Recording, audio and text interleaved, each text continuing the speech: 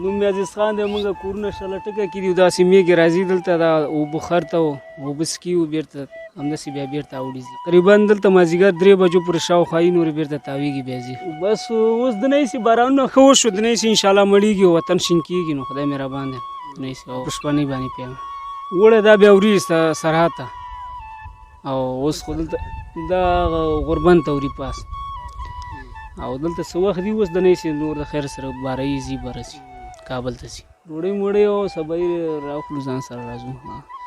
دا خو ورکوی دا 1.5 سل دي، دا سره بلار بي دي او وچې دي بیلې دي پرزګنې او لنګې بیلې دي.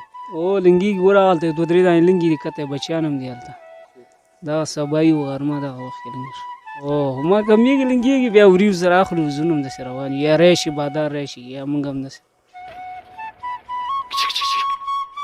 یاره پاتې کېږي. ډېر بچیانو باندې پاتې کېږي، ځناور هم خوري مړه کېږي، بېرته راځو پیدا کوي. دا خو شته مالداري ده. حتمي بازارونه خو ښه دي انشاءالله، مالونه هم ښه دي او اندازه مال فرق دی. نو چاغ مال مغسې باید او د ډنګر مسې ده.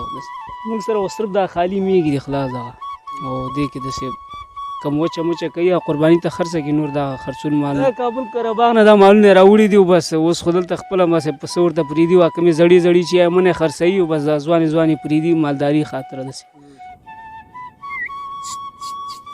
او نه پخوا خو شپېلۍ وې، اوس چې دی اوس ترانې دي. اوس خو نه شو کولی چې موږ مثال هغه پخواني هغه تړونه و شپېلېګانې هغه څیزونه نشته.